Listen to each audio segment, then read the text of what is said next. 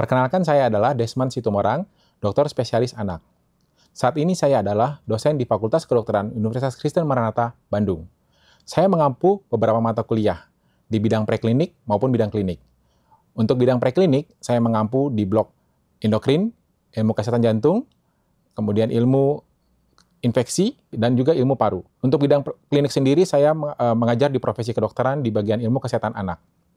Video ini adalah video pernyataan diri dosen dalam unjuk kerja Tridharma Perguruan Tinggi atau sering disebut dengan PDD UKTPT di bidang pengajaran yang dibuat untuk memenuhi salah satu syarat keikutsertaan dalam sertifikasi dosen. Mata kuliah yang akan saya bawakan dalam video ini adalah mata kuliah yang biasa saya bawa pada bidang profesi dokter dengan judul resusitasi pada bayi baru lahir. Deskripsi mata kuliah yang saya ajarkan adalah tentang resusitasi neonatus, merupakan materi pembelajaran yang diberikan kepada mahasiswa profesi dokter, di mana kita mengenalkan bagaimana cara menolong bayi yang baru lahir untuk bisa bernapas atau menangis dengan baik.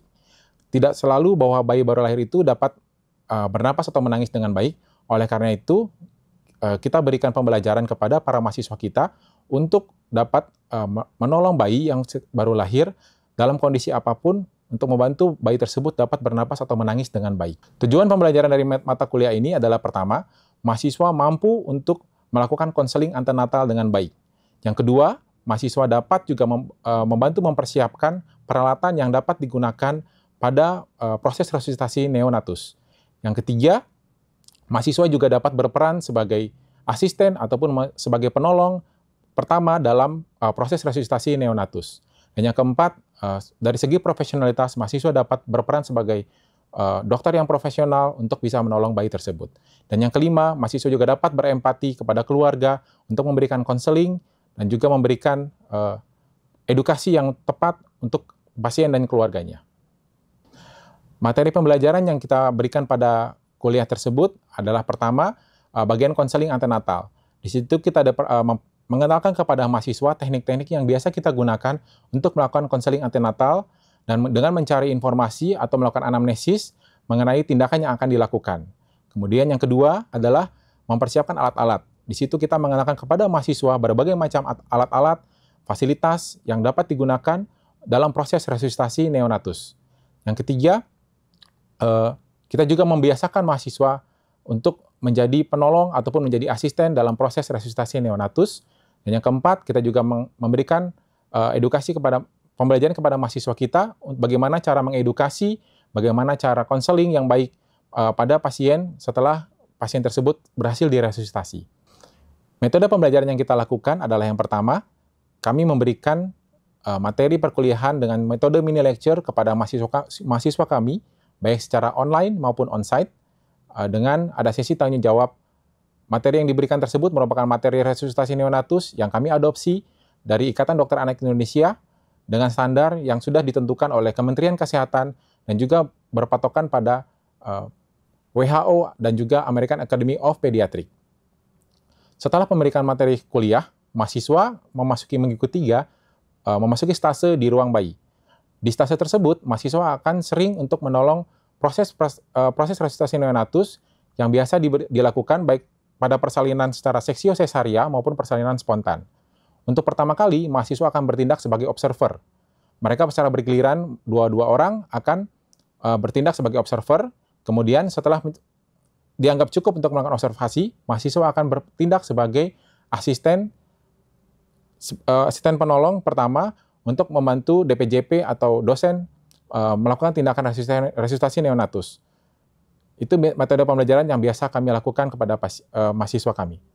Sistem penilaian yang kita berikan memakai metode DOPS atau Direct Observe of Procedural Skill.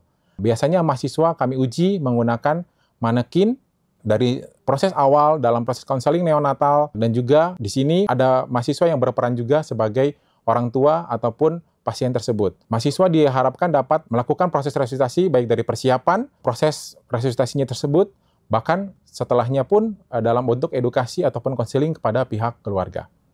Berikut adalah video yang akan kami sertakan yang berisi materi pembelajaran yang kami lakukan secara Zoom, di mana kami memberikan materi dengan penampilan slide dan juga ada interaksi dengan mahasiswa kami. Sekian dan terima kasih. Oke, selamat siang, rekan adik-adik sekalian. Pada siang hari ini, saya Dr. Desmond Sitomorang akan membawakan suatu materi yang berjudul resusitasi neonatus. Sebentar saya tampilkan slide-nya ya. Pada hari ini kita akan membahas materi mini lecture sebagai bahan perkenalan kepada kalian mengenai resusitasi neonatus. Setelah pemaparan materi ini, kalian diharapkan sudah terpapar secara teori.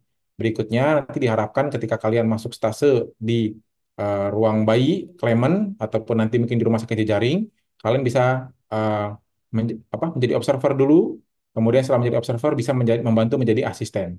Ya, ada beberapa tujuan dari pembelajaran hari ini. Yang pertama, supaya kalian bisa mengenal algoritma resusitasi neonatus. Yang kedua, kalian bisa menerapkan konseling antenatal yang baik. Kemudian yang ketiga, membantu persiapan untuk tindakan resusitasi neonatus. Dan yang keempat, untuk konseling pasca tindakan resusitasi. Ya, itu mungkin materi yang akan kita bahas hari ini. Untuk mempersingkat waktu, saya akan mulai. Secara definisi, resusitasi neonatus adalah tindakan untuk menolong bayi baru lahir untuk dapat bernafas dengan baik. Ya, dari data statistik sendiri mengatakan bahwa 10% bayi yang baru lahir pasti memerlukan bantuan untuk bernapas. Jadi tidak semua bayi baru lahir itu akan napas spontan sendiri. Ya, ada 10% bayi yang perlu memerlukan bantuan. Nah, 1% dari bayi baru lahir itu memerlukan bantuan yang lebih ekstensif. Nanti kalian akan lihat di algoritmanya, ya, dari pertolongan pertama sampai ada pertolongan tambahan, bahkan sampai ekstensif lagi, sampai ke tindakan yang lebih advance lagi seperti RJP ataupun intubasi. Seperti itu. Algoritma resusitasi sendiri terus berkembang sampai saat ini. Yang terakhir dilakukan update itu pada tahun 2022. Sebelumnya mungkin kalian sudah pernah mendapat materi yang tahun 2017 sebelumnya. Ya, sebelumnya lagi mungkin di kampus waktu itu pernah ada slide-nya saya pernah lihat ada. Sebelumnya dari 2017 itu 2012. Jadi memang hampir tiap 5 tahun sekali ini diupdate. Ya, nanti yang terbaru mungkin 2027 nanti ada terbaru lagi. Ya, kenapa ini terus akan selalu diupdate? Karena dia akan menyertakan beberapa penelitian, kemudian mencari mana yang outcome-nya paling baik. Ya, tetap sesuai evidence base-nya. Nah, ini sebagai perkenalan. Di sini kita akan melihat pertama, langkah pertama yang akan kita lakukan dalam resusitasi neonatus adalah konseling antenatal. Ya, di konseling antenatal ini kita mencari informasi mengenai proses persalinan yang akan dilakukan. Nah, dari konseling antenatal ini kita akan melakukan pembagian tugas tim dan persiapan alat.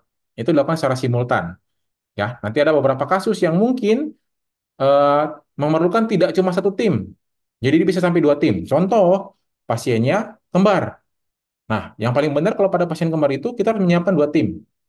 Ya, triplet bagaimana dok? Ya 3 tim berarti.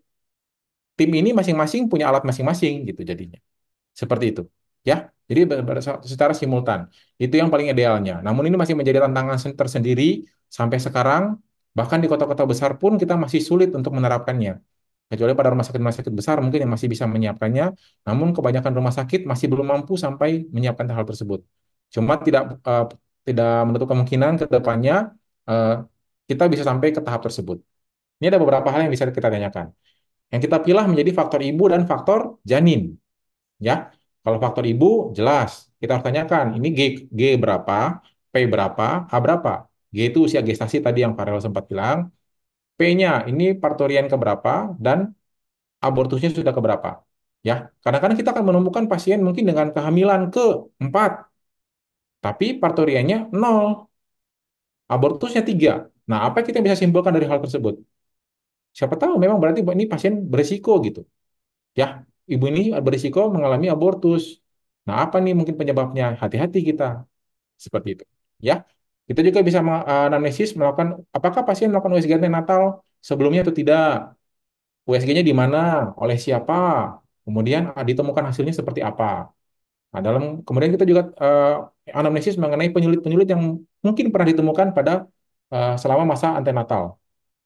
Ya, terus apakah ada faktor risiko infeksi? Misalkan pasien selama dirawat di rumah sakit beberapa hari terakhir, ada demam, apakah ada eh, nilai leukositnya berapa, dan lain-lain. Keputihan, seperti itu.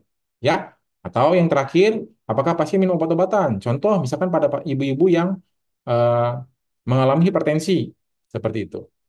Ya, jadi Ini yang perlu kita tanyakan pada dari faktor ibu. Nah, kalau faktor janin tadi usia gestasi, usia kehamilan ya. Kemudian taksiran berat badannya berapa? Kenapa kita harus tanya? Nanti sangat menolong ketika kita mempersiapkan alat-alat. Ya, karena ada beberapa alat-alat yang ada standar berdasarkan usia dan berat badannya. Terus, apakah pada pasien yang kurang bulan, apakah sudah diberikan pematangan paru atau belum? Terus yang tadi saya sampaikan, apakah gemeli, triplet, itu juga kita tanyakan. Nah, kita juga tanyakan apakah dari konseling antenatal sebelumnya adakah kelainan kongenital yang ditemukan pada pasien tersebut. Dan yang terakhir, untuk menentukan manajemen tali pusat pada pasien. Ya, biasanya pada bayi cukup bulan atau late preterm yang tanpa komplikasi, rekomendasi dari AAP dan dari IDAI sendiri mengatakan ada rekomendasi untuk penundaan pemotongan tali pusat. Ya, karena pemotongan tali pusat yang dini atau terlalu cepat akan mengganggu proses transisi janin. Ada satu yang bagian sirkulasi sama asisten dua yang bagian drugs and equipment. Biasanya seperti itu. Tim leader yang sendiri dia akan mengurus masalah drugs and equipment. Coba ada yang mungkin tahu? Teman-temannya silakan yang lain. Oke, kalau belum ada yang tahu. Jadi sampai saat ini ya resusitasi neonatus itu tidak seperti resusitasi pada dewasa. Kalau dewasa yang kalian tahu apa coba urutannya? ABC atau CAB? ABC. ABC, dokter. Untuk dewasa CAB dokter. CAB. Jadi untuk dewasa kita sirkulasi dulu, airway baru breathing. Nah kalau anak atau bayi kebalikan, ya airway sama breathing itu yang nomor satu. Kenapa? Ketika bayi bisa bernapas dan menangis dengan baik, ya oksigenasinya akan berjalan dengan baik, sistem jantungnya juga akan berjalan dengan baik. Ya sampai saat ini itu yang masih dipegang untuk resusitasi neonatus. Jadi tim leadernya dia berperan di bagian airway sama breathing. Semoga menambah pemahaman kalian. Nah berikutnya kita akan sampai ke fase persiapan alat. Alat-alat apa saja yang kita siapkan, kita harus menyeting bagaimana bayi tersebut bisa merasa nyaman dan tidak kedinginan ataupun kepanasan. Dengan cara apa? Pertama, kita menyiapkan suhu kamarnya, kemudian kita menyiapkan alat bantu. Rata-rata di rumah sakit besar sekarang sudah tersedia namanya radian warmer. Nanti mungkin kalian di tempat lain, di tempat kalian bertugas, walaupun mungkin nanti di puskesmas atau tempat pelosok, mungkin tidak ada radian warmer, tapi kita bisa pakai alat lain, lampu sorot, atau hal-hal lain. Tapi kalau bisa kita siapkan adanya termometer suhu ruangan yang kita bisa memantau berapa suhu ruangan di sekitar area resusitasi tadi. Oksigen murni sama ini bukan ini oksigen murni sama yang ini udara bertekanan. Kalau yang ini nih, yang ada tulisan air, dia udara bertekanan. Nah, cuma kalau yang dengan cara seperti ini kita harus punya tabel ini. Kita harus mengkombinasikan udara bertekanannya berapa, oksigen murninya berapa untuk menghasilkan FiO2 sesuai dengan yang kita inginkan. Mulai dari tadi 21% berarti murni ya, udara murni. Kalau 30% pakai yang ini, 40, 50, 60, dan seterusnya sampai 90%. Ya, ini pulse oximetry, ya. Jangan lupa pulse oximetry dipakai sebenarnya sebaiknya mungkin jangan yang model seperti ini, ujungnya yang ke bayi. Tapi pakai yang seperti ini. Kenapa? Untuk menghindari jepitan pada bayi yang bisa menyebabkan nekrosis. Ya, kita tahu kalau apalagi bayi prematur ya. Kebayangkan kamu kalau ditekan dengan kuat seperti pakai penjepit yang ini, tingkat nekrosisnya cukup tinggi. Ya. Nah, untuk sirkulasi sendiri kita ada stetoskop tadi sudah saya sampaikan, IP CAT. Ya, ini kateter umbilikal. Kalian harus mengenal ini. Bentuknya seperti ini. Ya, ini akan dimasukkan ke umbilikus pasien. Kemudian three-way. Jadi biasanya dari sini kita sambungkan ke three-way. Dari three-way baru sambungkan ke set infus pada neonatus. Kenapa set infus neonatus biasanya ada ini? Nah, kita biasanya bikin racikan pada neonatus tersebut. Racikannya per 100 mili. Jadi racikannya terdiri dari dextrosa, campur NaCl, campur KCl, itu kita bikin di sini. Namun sekarang sudah ada yang lebih advance lagi, dia sudah bikin dalam bentuk set infus, kantong infus yang sudah dicampurkan dalam mesin. Sudah keluar sesuai dengan yang kita inginkan. Ada yang seperti itu. Nah, ini untuk orogastric tube kita pasang buat dekompresi pada lambung pada bayi. Untuk sirkulasi sendiri ada beberapa obat-obatan yang kita pakai, itu epinefrin atau adrenalin. Namun adrenalin atau epinefrin yang kita pakai itu adalah yang pengenceran 1:10.000. Hati-hati, di Indonesia sendiri yang tersedia adalah yang ini 1:1000. Jadi jangan lupa kalau pada neonatus itu kita harus encerkan. Bagaimana cara mengencerkannya? Kita bisa mengambil 0,1 cc dan kemudian kita encerkan menjadi 0, menjadi 1 cc. Jadi sepersepuluhnya dipakai adrenalin, diencerkan sampai 10 bagian. Jadilah 1/10.000. Ya, ini yang akan kita pakai nantinya.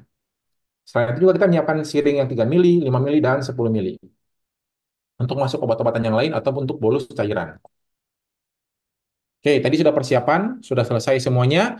Berikutnya, ini settingannya kalau ada bayi baru lahir. Ya, kalau bayi baru lahir, nah tadi sudah disebutkan menyalakan alat penghitung waktu Apgar. Nah, saya bilang tadi pertanyaan adalah pertanyaan negatif.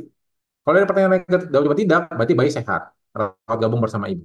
Ya, kalau pertanyaan negatif salah satunya ada jawaban ya, berarti kita masuk ke fase langkah awal. Ya, langkah awal yang pertama kita lakukan adalah hangatkan, kemudian posisikan kepala, ya, bersihkan atau boleh kita bersihkan jalan nafas jika perlu, dikeringkan dan lakukan stimulasi dan posisikan kembali.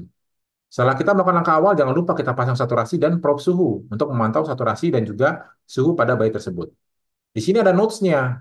Tadi sudah saya sampaikan kalau berat badan di bawah 1.500, jangan lupa langsung dibungkus dengan plastik bening tanpa dikeringkan terlebih dahulu, kecuali wajahnya. Kenapa? Ya kita buat melihat kondisi bayinya. Ya, kemudian pasti dipasang topi, tetap distimulasi walaupun dibungkus plastik. Ya, yang penting di sini juga yang kita lihat pada langkah awal ini kita jangan lupa kita punya target saturasi. Jadi saturasi pada bayi itu kita tidak target 100% seperti kita manusia yang sudah dewasa ataupun anak-anak yang normal, umurnya cukup umur. Enggak. Targetnya itu sesuai usia usia usia menitnya, ya. 1 menit, 2 menit, sekian di sini ada batasannya. Jangan lupa paling maksimal 15 menit pun normalnya itu 90 sampai 95%. Oke, sampai di sini dulu. Ada pertanyaan nggak?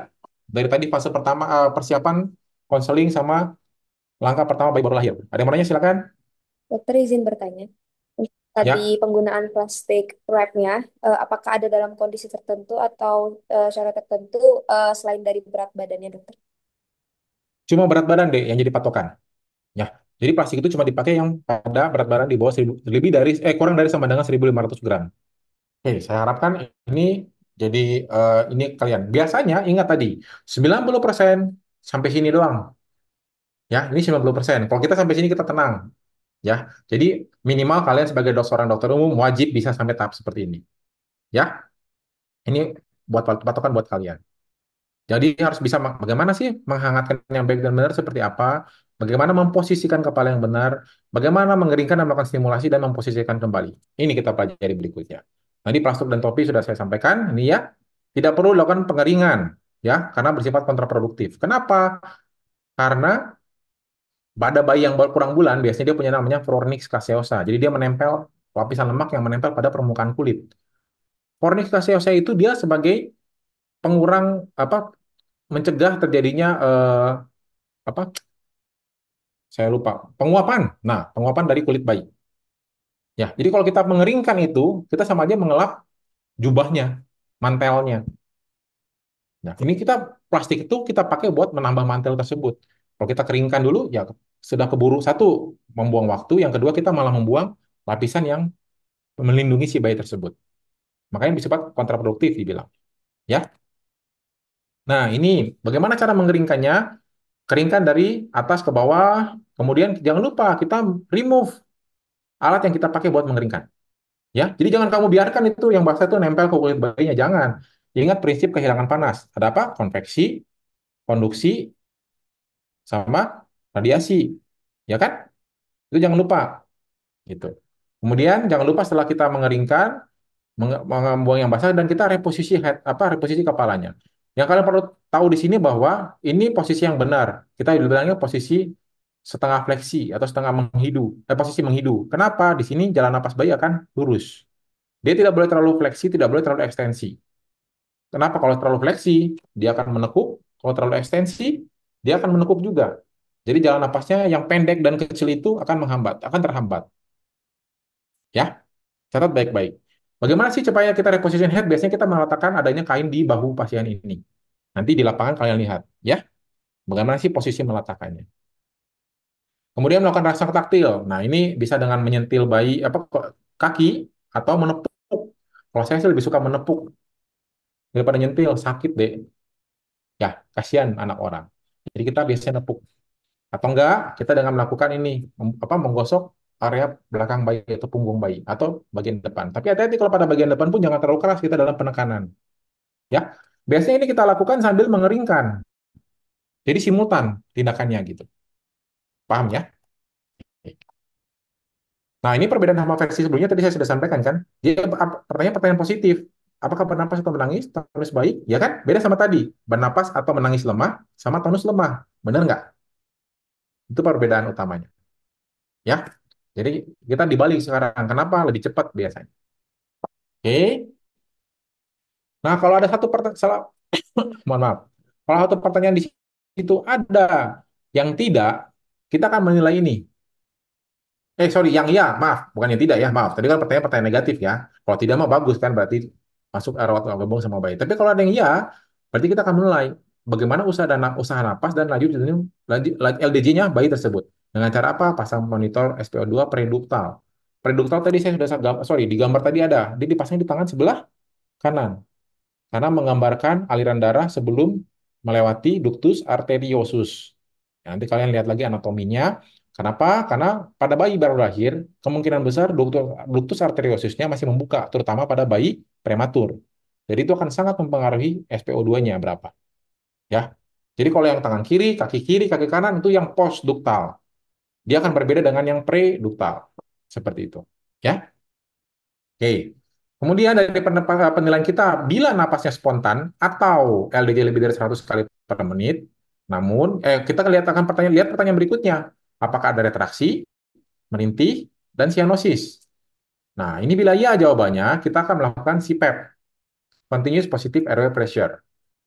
Alat yang bisa kita pakai adalah tadi tipis resuscitator, yang kedua Jackson Rees, itu bisa kita gunakan. Dok, apakah balon pengembang sendiri bisa nggak? Nggak bisa, karena balon pengembang sendiri punya katup yang tertutup, jadi dia beda. Ya, seperti itu. Jadi dua alat yang bisa kita pakai cuma Jackson Rees atau tipis resuscitator. Ya, settingnya tadi sudah disebutkan dengan PIP-nya atau positive end air pressure atau bahasa Indonesia tekanan positif akhir akhir ekspirasi 7 ya. Dengan suplementasi oksigen kita mulai dari awal ya, kalau kurang bulan tadi dari 30, kalau cukup bulan dari 21%, dan kita boleh tingkatkan bertahap sampai sesuai target SpO2 di tabel pertama tadi yang kita sebutkan. Ya, oleh karena itu jangan lupa ini pasang monitornya seperti itu. Oke, ini gambaran pemberian CPAP dini ya pada pasien prematur, jelas ya dia pakai plastik, sudah diberikan tempat tambahan CPAP ya. Ini alatnya, ini tipis resuscitator yang model lama. Ini tadi alat oksigen monitornya ya. Nah, kalau dengan pemberian CPAP dia masih merintih dan ada retraksi dan ada sianosis, kita boleh naikkan sampai tahapannya ini. TPAE-nya 8 dan saturasinya sampai 40%. Kalau lebih daripada ini, kita masuk dalam kategori gagal CPAP. Cepat banget ya. CPAP ini nggak bisa naik, naik, naik, naik, naik. Masih merintih. Sudah sampai tahap maksimal 8 sampai 40, langsung dianggap gagal CPAP, VTP, dan intubasi. Ya, karena ini down score-nya sudah 6. Nanti down score kita lihat di belakang. Oke, paham ya? Ini makanya lebih cepat biasanya kalau 2022 nih dibandingkan 2025. Oke, jadi dia ke yang jelek-jeleknya dulu. Kalau jeleknya ini, dia langsung cepetan. Tindaknya langsung cepat. Ya, gitu. Nah, bagaimana? Nah, ini perbedaan yang saya sebutkan ya. Tadi kan observasi laju napas, dianggapnya bernapas spontan nih. Apakah dulu dia dibagi dua, distress napas, ada takipnya retraksi atau merintih, ataupun tanpa itu. Jadi kalau yang dengan distress napas kita pakai CPAP, kalau tanpa kita pakai eh, pemberian oksigen sentral. Kalau sekarang tidak ada lagi nih. Semua langsung pakai CPAP. Ya, nah itu tadi langkah yang sebelah eh, kanan, ini langkah sebelah kiri. Kalau ada apnea atau menggap-menggap atau LDJ kurang dari 100, langsung kita masuk ke PTP, ventilasi tekanan positif. Ya, jangan lupa pasang monitornya. PTP-nya efektif diberikan dalam 15 detik.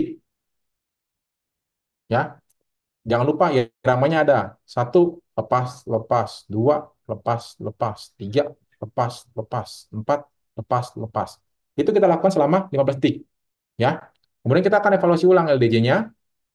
Kalau LDJ-nya bagus, naik ke langkah awal lagi. Kalau LD-nya tidak bagus, kita melakukan koreksi yang Suster Ipta atau Mister Sopa dalam bahasa Inggris. Ya, nanti kita lihat mnemoniknya apa. Ya, kalau VTP dengan VTP efektif, oh sorry, kalau kita melakukan VTP tidak efektif, ya yang kita lakukan, kita kan bisa melihat ini pengembangan dananya, pengembang nggak? Gitu. Ya, kalau VTP tidak efektif, langsung kita lakukan langkah koreksi. Jadi kita nggak usah repot-repot nilai lagi LDJ-nya. Tangkap maksudnya? Ya, beda ya. Kalau ini VTP-nya efektif, kita nilai dulu LDJ-nya. Kalau ini, kita ngeliat, kok saya pompa ini dadanya nggak naik ya. Berarti ini nggak efektif nih. Langsung koreksi. Itulah membedakan yang pertama, yang 2020 sama 2017. Kalau 2017 dia nggak seperti itu. Langkah-langkah dulu di bawah baru dia koreksi. Kalau sekarang kita akan menilai langsung apakah VTP-nya efektif. Kalau efektif silakan yang LDJ. Kalau tidak efektif langsung koreksi. Jadi lebih cepat. Nah ini untuk melakukan VTP tadi ya ingat ukuran sungkup ya. Tidak boleh terlalu kecil, tidak boleh terlalu besar karena akan menyebabkan kebocoran. Ya, ini yang paling pas ukurannya seperti itu. Ini cara untuk memegangnya, huruf C dan E. C pada atas, E yang ini. Jadi C yang memegang bagian menekan, yang E yang mengangkat eh, dagu pasien. Nah, ini tindakan koreksinya. Apa sih yang kita koreksi? S. S itu apa? Kita sebutnya nih suster, SR itu suster, IPTA. S itu sungkup melekat atau rapat. Jadi kita lihat pelekatannya. Jangan lupa tadi posisi menghidunya. I, isap mulut. Jadi suction. B, mulutnya dibuka sedikit, IP-nya boleh dinaikkan. Kalau dari 30 boleh naik ke 32, 34, 35 maksimal ya. Kalau dari yang kurang bulan dari 25 boleh naik 27, 29, boleh naik 22.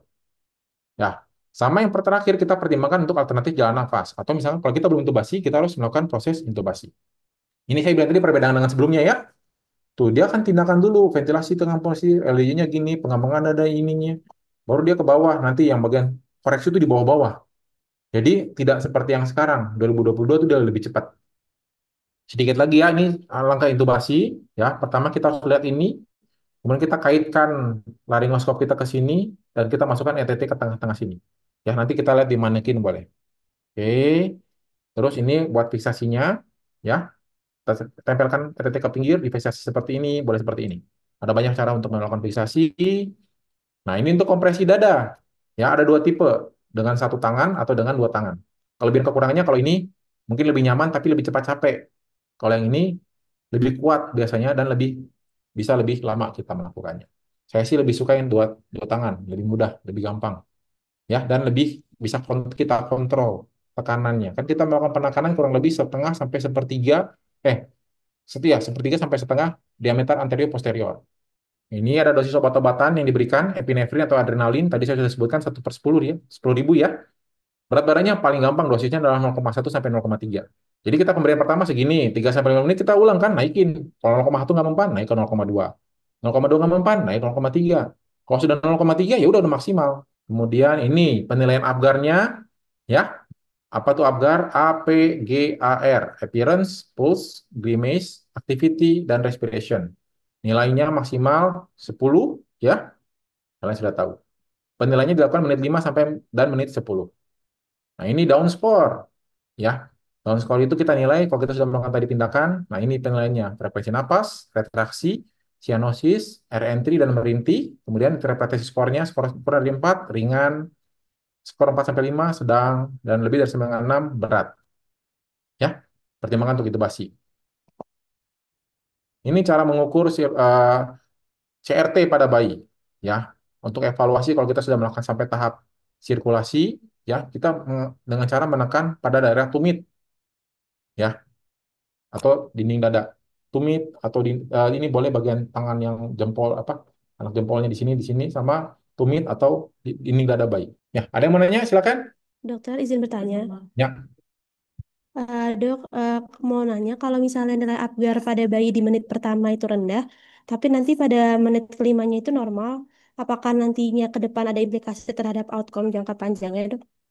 Kalau kalau 5 menitnya baik, berarti kan proses resusitasi kita bagus dong. Ya, tapi kalau agarnya tidak perubahannya tidak signifikan, nah kita harus wajib hati-hati. Takutnya ada implikasi ke arah depannya. Kalau misalkan Apgar 1 menitnya 3, yang 5 menitnya bisa sampai 8 atau 9, bagus itu berarti. Ya, berhasil dong resusitasi kita, benar nggak? Ya, kalau nggak ada, mungkin cukup sekian dulu sampai di sini. Terima kasih buat kehadirannya. Semoga ilmu ini bisa bermanfaat buat kalian semuanya.